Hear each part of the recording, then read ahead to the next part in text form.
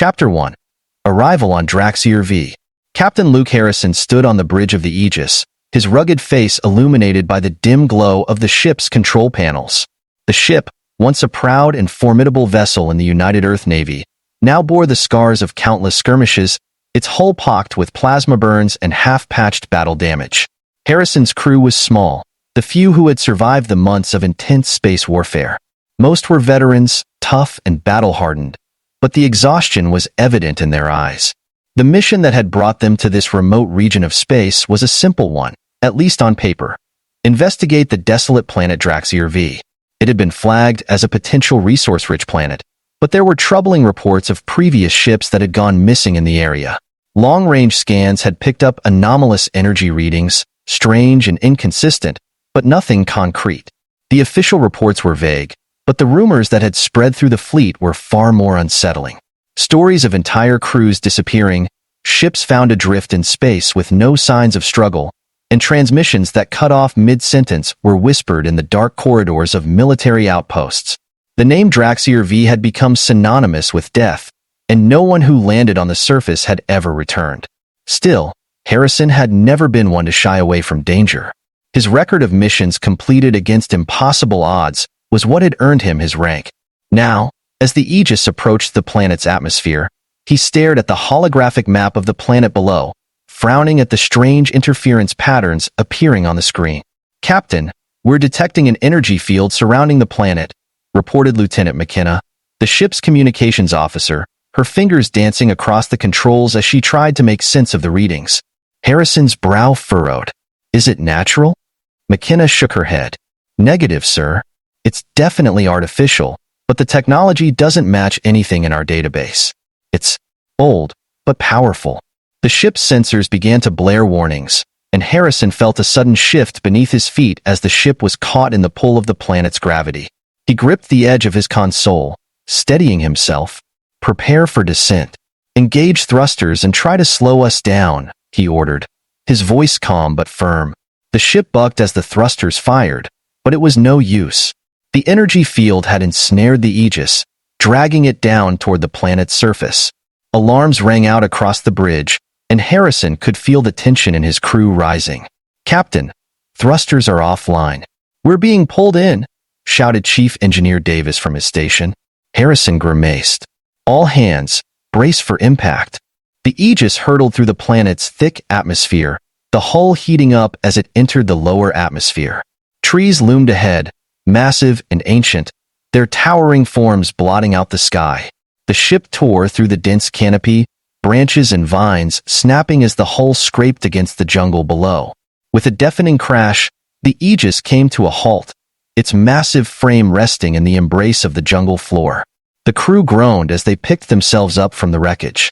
Sparks flew from damaged consoles, and the sound of hissing steam filled the air as coolant lines ruptured. Harrison forced himself to his feet, blood trickling down the side of his face from a gash above his eyebrow. "Status report," he said, his voice hoarse but steady. Lieutenant McKenna quickly ran a diagnostic. "We've lost main power, sir. Auxiliary systems are online, but thrusters and shields are offline. We're stranded." "Casualties?" Harrison asked, already fearing the answer. "3 confirmed dead," said Lieutenant Harlow, the ship's medical officer, her voice heavy with grief. "Several more wounded, but nothing life-threatening." Harrison nodded grimly. "Get the wounded to medbay. Everyone else, secure the perimeter. We don't know what's out there." The crew moved quickly, despite their exhaustion and injuries. They had survived countless battles together, and their training kicked in instinctively. As the ship's exterior sensors activated, Harrison watched the jungle outside on the cracked screen. Massive trees, their trunks thicker than any he had ever seen, stretched upward like ancient pillars, their canopy blocking out most of the sunlight. The ground was covered in thick, dark foliage, and an eerie mist hung low to the ground, obscuring their surroundings. "McKenna, try to get a message out," Harrison ordered. She nodded, but after a few minutes, shook her head. "The energy field is jamming all outgoing transmissions. We're completely cut off." Harrison clenched his fists. "Damn it." Suddenly, the ship's sensors picked up movement. Dozens of blips appeared on the radar, closing in fast.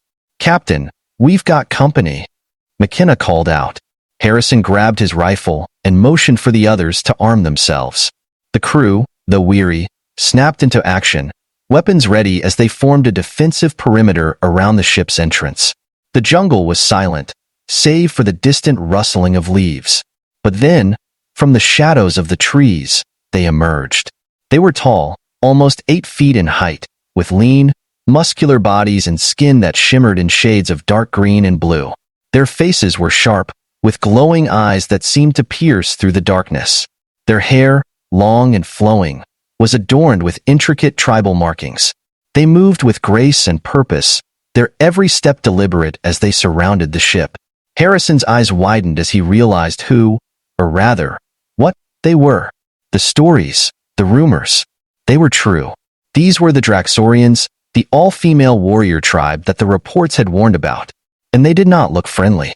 The leader of the group, a particularly tall and fierce-looking warrior with striking blue markings across her face, stepped forward, her gaze fixed on Harrison. She held a long spear in one hand, its blade gleaming in the dim light. Her eyes narrowed as she spoke in a language that Harrison couldn't understand. "We don't want trouble," Harrison called out, holding his hands up in what he hoped was a universal gesture of peace.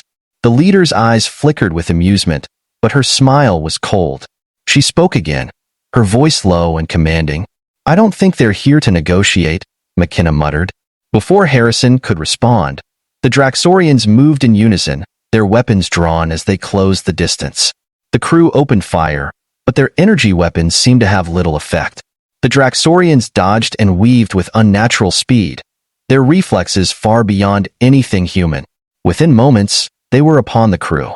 Harrison fought with everything he had, but it was clear they were outmatched. The Draxorians fought with brutal efficiency, their spears and blades cutting through the crew's ranks. Harrison saw one of his men go down, a spear impaling him through the chest. Another was disarmed and taken down with a swift blow to the head. In the chaos, Harrison found himself face to face with the Draxorian leader. She smiled, a predatory gleam in her eyes, and lunged at him with her spear. Harrison barely managed to dodge, rolling to the side as the spear's blade sliced through the air where his head had been moments before. He fired his rifle, but the leader deflected the shots with ease, moving faster than he could track. With a swift kick, she knocked the rifle from his hands, sending him crashing to the ground. She stood over him, her spear raised, ready to deliver the final blow. Harrison's heart raced as he stared up at her, knowing that this might be the end. But then, something strange happened. The leader paused, her eyes narrowing as she studied him more closely. For a moment, the intensity of the battle faded, and she spoke again in that unfamiliar language. This time, there was no malice in her voice, only curiosity. Harrison didn't understand the words, but he recognized the look in her eyes. She wasn't going to kill him, not yet. With a swift motion, she lowered her spear and barked an order to her warriors. In an instant, they ceased their attack, moving to restrain the remaining crew. Harrison struggled as 2 Draxorians grabbed him, but the leader shook her head and said something to her warriors. They released him, stepping back as she motioned for him to follow. Harrison, bruised and battered, had no choice but to comply. As he was led deeper into the jungle, he couldn't help but wonder what fate awaited him among the ravenous alien tribe. Chapter 2, Trial of the Chosen. Captain Luke Harrison's mind raced as he stumbled through the thick jungle, surrounded by the towering Draxorian warriors. Their leader, the one who had spared him on the battlefield, moved with an elegant yet predatory grace at the front of the group. Her eyes never left him, watching his every step as if gauging his worth. He could feel the weight of her gaze, and it made his skin crawl with uncertainty. Why hadn't she killed him? What did she want from him? As they marched deeper into the jungle, the sounds of the forest became louder, the screech of unseen creatures, the rustling of massive leaves, and the low hum of what he could only assume was the alien planet's wildlife. But there was something more sinister lurking in the air. The very atmosphere felt oppressive, like the jungle itself was alive and watching them, waiting to see what would happen next. The Draxorians had left his remaining crew behind, wounded and unconscious but alive, which was more than he had expected. He couldn't help but think of them, scattered across the jungle floor, defenseless. But for now, His focus had to be on survival, his own and possibly theirs. Eventually, the thick canopy opened up, revealing a massive stone structure hidden deep within the jungle. It was a colossal temple, carved from dark stone, covered in thick vines and moss. The architecture was both beautiful and ominous, a testament to the ancient and powerful culture that had built it. This must be their stronghold, Harrison thought, his heart pounding in his chest. He was ushered forward, past towering statues of Draxorian warriors, their stone forms staring down at him with cold, lifeless eyes. The temple seemed alive with an ancient energy that hummed beneath the surface, like a slumbering beast waiting to awaken. The group entered the temple through a massive archway, and inside, the air was cooler, filled with the smell of damp stone and incense. Torches lined the walls, casting flickering shadows across the room. Harrison was led down a long corridor, the walls decorated with intricate carvings that told the history of the Draxorian people, scenes of battle, conquest, and rituals that were alien and terrifying. They finally entered a large chamber, dimly lit by a single fire pit in the center. At the far end of the room sat a throne carved from what appeared to be the bones of some enormous creature. Upon the throne sat another Draxorian woman, even more regal and imposing than the leader who had captured him. She was older, with a crown of woven metal and bone adorning her head, and her eyes burned with an ancient wisdom that chilled Harrison to the core. The leader knelt before the throne, speaking in their strange language. Her voice was firm, yet respectful, as she presented Harrison to the woman on the throne. This, Harrison realized, must be their queen. The queen's eyes locked onto him, studying him as if he were some rare, exotic animal brought before her for inspection. After what felt like an eternity, she spoke. Her voice was deep and commanding, filled with authority and power. The leader, who had captured him, translated in a slow, deliberate manner, her tone filled with an unsettling mixture of amusement and curiosity. "The queen wishes to know why you are here, human." Harrison swallowed, trying to keep his voice steady. "Our ship crashed. We were exploring this planet, not looking for trouble." The leader translated his words, and the queen listened, her expression unreadable. After a brief silence, the queen spoke again, and the leader translated once more. "You and your kind have intruded upon sacred ground. No one who enters the territory of the Draxorian people leaves alive." Harrison's heart skipped a beat. He had heard the rumors, the stories of entire crews disappearing, but hearing it confirmed sent a wave of fear through him. He forced himself to stand tall, meeting the queen's gaze. "I'm not here to disrespect your people," Harrison said. "We didn't know this land was sacred. If you let me go, I can make sure no one else comes here." The leader translated, and the queen listened in silence. After a long pause, she leaned forward, her eyes narrowing. She spoke again, her tone cold and sharp. The leader smiled darkly. "The queen has decided that you will undergo the trial of the chosen. If you survive, you will be allowed to leave. If you fail, well, no one has ever survived the trial." Harrison's stomach dropped.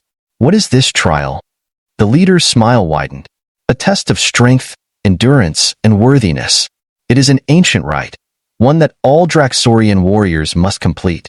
But for an outsider, no one has ever dared to face it and live to tell the tale." Harrison clenched his fists. "I don't have much of a choice, do I?" The leader's eyes gleamed. "No, you do not." With a gesture from the queen, the warriors dragged Harrison from the chamber, leading him through a series of dark tunnels beneath the temple. The air grew colder as they descended deeper, the walls damp with moisture.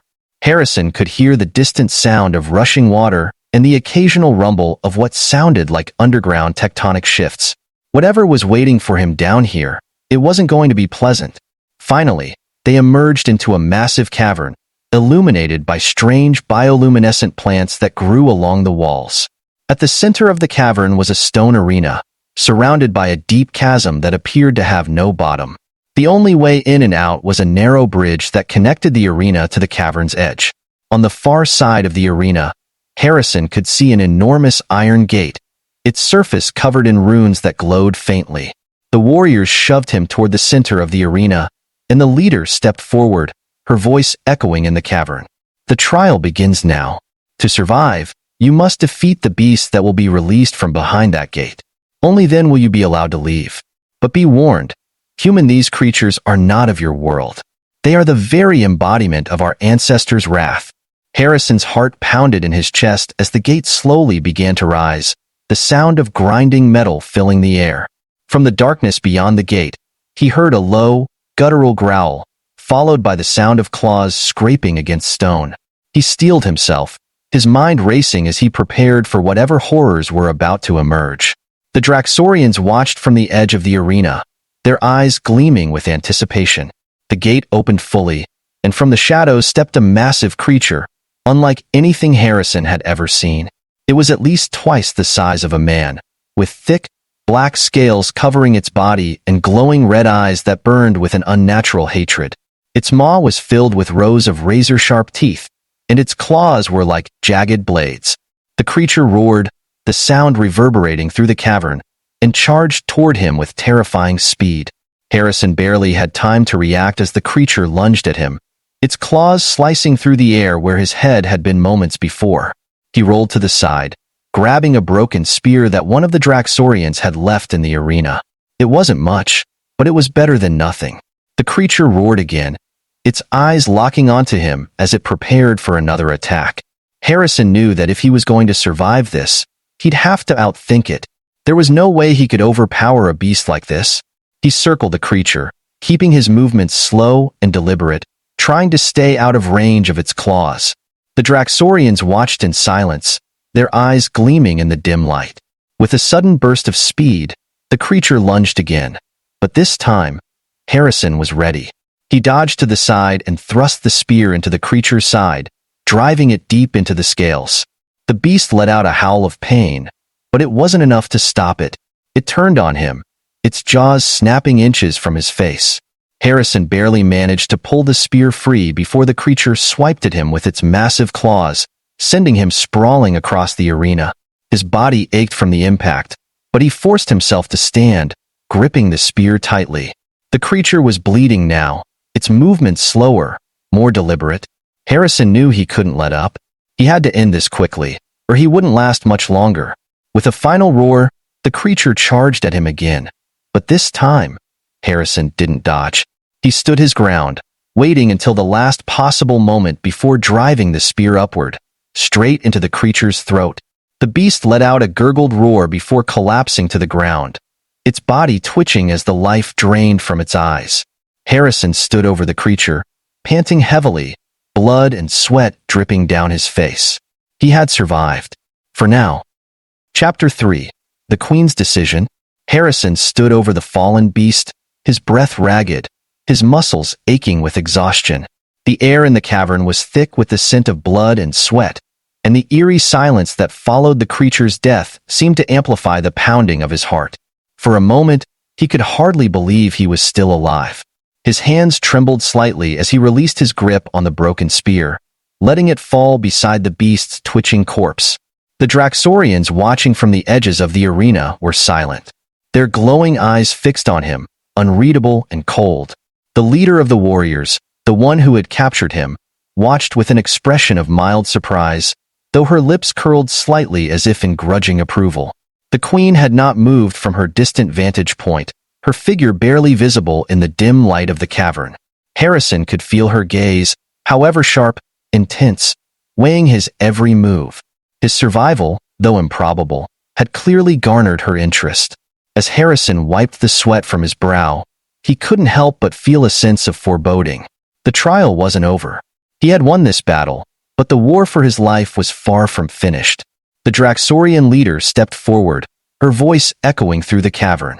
"You have done what no other outsider has managed," she said, her tone filled with something akin to amusement. "But the trial of the chosen is not yet complete. There is one more test you must face." Harrison's chest tightened. Another test? He had barely survived the first one. His mind raced, trying to comprehend what could possibly come next. But before he could respond, the queen finally rose from her distant throne, her regal form descending from the shadows like a phantom. The Draxorian queen moved with a grace and power that radiated from every step. Her eyes never wavered from Harrison, and as she approached, The other warriors around the arena bowed their heads in respect. She stopped a few feet from him, her imposing presence casting a shadow that seemed to swallow the light. She spoke, her voice deep and authoritative, and the leader translated, though Harrison could feel the weight of the queen's words even without understanding them directly. "You have survived the first trial," the leader translated, her voice laced with an edge of admiration. "But the second test is not one of physical strength. It is a test of will, of mind, and spirit. It is a challenge of endurance beyond the flesh." Harrison frowned. "What do you mean?" he asked, warily eyeing the queen. The leader smiled, but there was no warmth in her expression. "The queen will decide your fate based on how you endure the searing bond. It is the ritual that binds the body and soul to the Draxorian people. If you survive, you will be free to leave. If you do not, your mind will be lost to the void." Harrison's pulse quickened. He had no idea what the searing bond was, but it didn't sound like something any sane person would willingly undergo. But as the Draxorian warriors moved to surround him once again, he realized he had no choice. The queen gestured to the back of the cavern, and two warriors emerged from the shadows, carrying a large, ancient-looking chest. They set it down before the queen and opened it, revealing a set of strange ceremonial instruments and a glowing orb that pulsed with a soft, almost hypnotic light. The energy emanating from the orb was palpable, sending a shiver down Harrison's spine. The queen spoke again, and the leader explained. "The searing bond will test your mental and spiritual endurance. It is a connection between your consciousness and the spirit of Draxir itself. Only the strongest minds can survive the process without being consumed." Harrison swallowed hard. His instincts screamed at him to refuse, to fight, to run anything but face whatever ancient magic this alien queen had in store for him. But he knew that resistance would be futile. His only chance of survival was to face the trial head-on. The warriors guided him to the center of the arena once more, where they placed him on a stone slab. His wrists were bound in thick, vine-like restraints, and his body was positioned to face the glowing orb. The queen approached, holding one of the ceremonial instruments, an intricately carved staff with a crystalline blade at the tip. She raised the staff high above her head and began chanting in the Draxorian language. The air around them grew thick with energy, the temperature in the cavern dropping noticeably.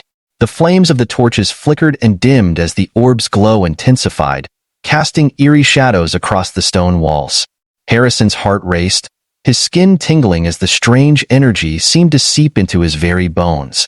The chanting grew louder, more forceful, and the orb began to vibrate, sending pulses of light through the cavern. Suddenly, the orb emitted a blinding flash, and Harrison felt a sharp, searing pain shoot through his body, as if his mind was being torn from his skull. He cried out, his muscles tensing as the pain intensified, but the warriors held him firmly in place. His vision blurred as the world around him seemed to fracture, the edges of his consciousness pulling apart as the energy from the orb invaded his mind. He could feel the presence of something vast and ancient pressing against his thoughts, an intelligence that was far beyond human comprehension. It was like staring into the depths of an abyss, a void that threatened to swallow him whole. Images flashed before his eyes, visions of the Draxorian people's past, their battles, their rituals, their ancestors who had once ruled this planet with an iron grip. He saw the birth of their empire, the wars they had waged against invaders, and the fierce pride they took in their warrior heritage. But there was something darker lurking beneath the surface, something primal and ravenous, a hunger that had consumed their civilization over millennia. Harrison felt his grip on reality slipping as the presence in his mind grew stronger, more insistent. It whispered to him in a language he didn't understand, but the meaning was clear: submission. He had to surrender to it, let it take control, or be consumed. But Harrison was not a man who surrendered easily. With every ounce of willpower he could muster, he fought back against the presence, pushing it away, forcing his mind to stay anchored to his body. The pain was excruciating, like white-hot needles stabbing into his brain, but he refused to give in. He gritted his teeth, his vision swimming as the orb pulsed with energy and screamed against the invasion of his thoughts. The Draxorians watched in silence, their expressions unreadable as Harrison writhed in agony. The queen's eyes glowed with a strange intensity as she continued her chant, her voice rising and falling like a hypnotic melody. Time lost all meaning as Harrison fought against the presence in his mind. Seconds felt like hours, and minutes like days.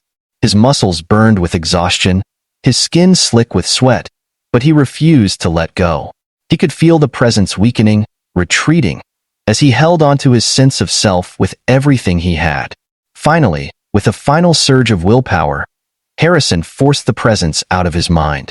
The pain subsided, and the orb's glow dimmed, its power retreating back into the ancient artifact. The Draxorian warriors released their grip on him, and Harrison collapsed onto the stone slab, panting heavily. His body was drenched in sweat, his limbs trembling from the strain. For a moment, he thought he might pass out, but he forced himself to stay conscious, his mind reeling from what he had just endured. The queen approached, her expression unreadable as she looked down at him. She said something in her native tongue, her voice soft but filled with a strange reverence. The leader stepped forward and translated. "You have survived the searing bond. You are the first outsider to ever do so. The queen acknowledges your strength and has decided that you will be allowed to leave. You are free." Harrison blinked, barely able to process the words. Free? After everything he had been through, they were just going to let him go? But the leader's expression told him there was more to this freedom than met the eye. As the queen turned and began to leave the chamber, the leader leaned in close, her eyes gleaming with dark amusement. "But know this, human. Though you are free, the bond you share with this planet is eternal. You carry the mark of Draxer within you now. You may leave this place, but you will never truly be free of us." Harrison stared at her, his mind still spinning from the trial. He wasn't sure what that meant, but the weight of her words settled heavily in his chest. He had survived the trial of the Chosen, but the cost of that survival might be far greater than he had ever imagined. Chapter 4. The Price of Survival. Captain Luke Harrison stood at the base of the temple, his breath ragged, the weight of his journey pressing down on him like a physical force. The jungle around him had grown eerily silent, as if the planet itself was holding its breath, waiting to see what would happen next. The massive stone structure before him seemed to pulse with an ancient, almost malevolent energy. Its surface was covered in thick vines, moss, and carvings of long-forgotten symbols that glowed faintly in the dim light of the alien sun. This was the heart of Draxer, the place where the final test awaited him. Beside him, Valira, his Draxorian guide, stood quietly, her sharp eyes fixed on the temple. She had been unusually silent during their trek through the jungle, her usual stoic demeanor replaced by something darker, more uncertain. For the first time since meeting her, Harrison could sense her fear. It wasn't the physical dangers of the jungle or the beasts they had encountered along the way that scared her. It was the temple itself, the ancient power that lay within. "This is where the heart of Draxer is?" Harrison asked, though he already knew the answer. He could feel it. The strange pull in his chest had grown stronger the closer they had come to the temple. It was as if the heart was calling out to him, pulling him forward, drawing him into its depths. Valira nodded, her voice low and filled with an edge of reverence and fear. "The heart lies deep within the temple. It has been hidden there for millennia, guarded by the spirits of our ancestors. No outsider has ever set foot inside and lived to tell of it." Harrison tightened his grip on his plasma pistol, though he knew it wouldn't be much help against the kind of threat they were about to face. "I've survived this long," he muttered, more to himself than to Valira. "Let's hope my luck holds out."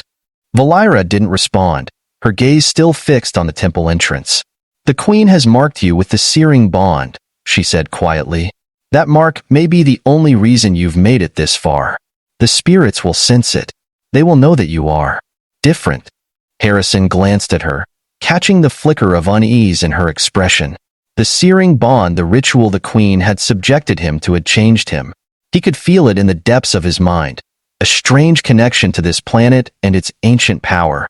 He didn't fully understand what it meant, but he knew it was more than just a test of survival. The bond was a mark that went deeper than the physical. It was tied to the very essence of Draxer, and now, he was a part of it. "Stay close," he said to Valira, though he knew she would. She had no choice. Her life, like his, was tied to this mission. If he failed, she would die. If he succeeded, well, he wasn't entirely sure what would happen, but he knew they couldn't stay on this planet any longer. They stepped forward, crossing the threshold into the temple. The air inside was cool and damp, carrying with it the faint scent of decay. The walls were lined with carvings depictions of Draxorian warriors locked in battle, their faces twisted in determination and fury. It was clear from the artistry that this temple was a place of great significance, a monument to the ancient history of the Draxorian people. Harrison felt a shiver run down his spine as he took it all in. The interior of the temple was vast, with high ceilings supported by massive stone pillars, each one carved with intricate symbols that glowed faintly in the darkness. The light from their torches flickered and danced along the walls, casting eerie shadows that seemed to shift and move as they passed. Valira moved ahead of him, her movements graceful and silent, though her tension was evident in the way she gripped the hilt of her sword. She glanced back at Harrison, her eyes narrowing. "The spirits are close. We must move quickly." Harrison nodded, his heart pounding in his chest. He could feel the presence of something watching them, something old and powerful.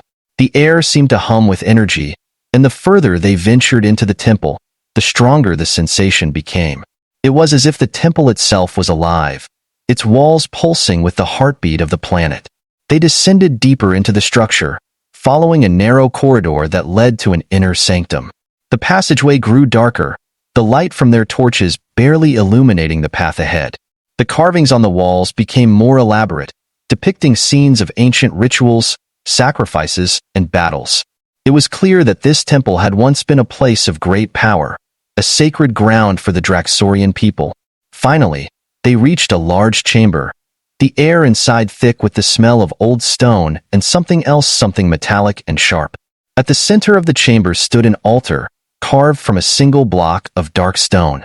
Atop the altar rested the heart of Draxir, a glowing crystal that pulsed with a strange, almost hypnotic light. Harrison stared at the crystal, his heart racing. This was it, the source of the power that had drawn him here. The reason the Queen had sent him on this perilous mission. The heart of Draxir was not just an object of power. It was the key to something much larger, something that could reshape the future of the Draxorian people and, perhaps, the entire galaxy. But as Harrison took a step toward the altar, a sudden chill swept through the chamber, and the air grew thick with an overwhelming sense of dread. From the shadows, figures began to emerge, tall, skeletal beings with hollow eyes and twisted, decayed forms. They were the spirits of the ancient Draxorian warriors, the guardians of the temple. Valira gasped, her hand tightening on her sword. "The ancestors. They are here." Harrison felt his blood run cold. The spirits moved silently toward him, their hollow eyes glowing with an unnatural light. Their bodies were translucent, their forms flickering like shadows in the dim light of the chamber. They radiated an aura of power and malevolence, and Harrison knew that these were not beings he could fight with weapons. "They're coming for me," he said, his voice tight with fear. Valira took a step back, her face pale. "They will destroy you. The heart is sacred to them. It is their duty to protect it." Harrison's mind raced. He had to think of something, anything to stop them. But before he could act, the spirits stopped, their hollow eyes fixed on him. They hovered in the air, their forms flickering and shifting as if caught between worlds. And then, slowly, they began to retreat. Harrison blinked in disbelief. The spirits were backing away from him, their once threatening presence diminishing as they moved further into the shadows. It was as if they had sensed something in him, something that made them hesitate. "The searing bond," Valira whispered, her eyes wide with realization. "The bond has connected you to them. You carry the mark of the Queen, the mark of Draxir. They see you as one of their own." Harrison swallowed hard, his mind spinning. The ritual the Queen had performed on him, the searing bond, had done more than just test his willpower. It had tied him to this planet, to its ancient power and its spirits. The very thing that had threatened his life was now the reason he was still alive. Without another word, Harrison stepped forward and reached out to the heart of Draxir. The moment his fingers touched the crystal, a surge of energy shot through him, and the room was flooded with a brilliant light. Visions filled his mind, visions of the past, of the Draxorian people and their ancient empire. He saw their rise to power, their conquest of the stars, and their eventual downfall. He saw the creation of the heart, a source of immense power that had been hidden away to protect it from those who would misuse it. But he also saw something else, something darker. The heart was not just a relic of the past. It was a link to something far more dangerous, something that had been sealed away long ago. And now, by retrieving it, Harrison was about to unlock that power once again. As the visions faded, Harrison stood there, breathing heavily, the weight of what he had seen pressing down on him. He held the heart of Draxer in his hands, the crystal glowing softly in the dim light of the chamber. Valira approached him cautiously, her eyes fixed on the crystal. "You did it," she said, her voice filled with awe. "You've retrieved the heart." Harrison nodded, though his mind was still reeling from the experience. "Let's get out of here," he muttered, his voice rough. "I don't want to stay in this place any longer than I have to." They turned and made their way back through the temple, the spirits no longer following them. The oppressive weight that had hung in the air before seemed to lift slightly, though Harrison could still feel the presence of the searing bond pulsing faintly in the back of his mind. He had survived the trial, but he knew that the bond was a part of him now. It would follow him, wherever he went. When they finally emerged from the temple and back into the jungle, Harrison took a deep breath, savoring the fresh air. But his relief was short-lived. As they reached the edge of the clearing, they found the Draxorian leader waiting for them, her eyes gleaming with satisfaction. Behind her stood several of her elite warriors, their imposing figures casting long shadows in the fading daylight. The leader's lips curled into a smile as she regarded Harrison, her gaze lingering on the glowing crystal in his hands, the heart of Draxer. "You have succeeded," she said, her voice filled with something akin to respect, though there was an unmistakable hint of calculation behind it. "The Queen will be pleased." Harrison's grip tightened around the heart as he studied the leader's face. Something about her tone unsettled him, but he pushed the feeling aside. All he wanted now was to leave this cursed planet and take his crew with him.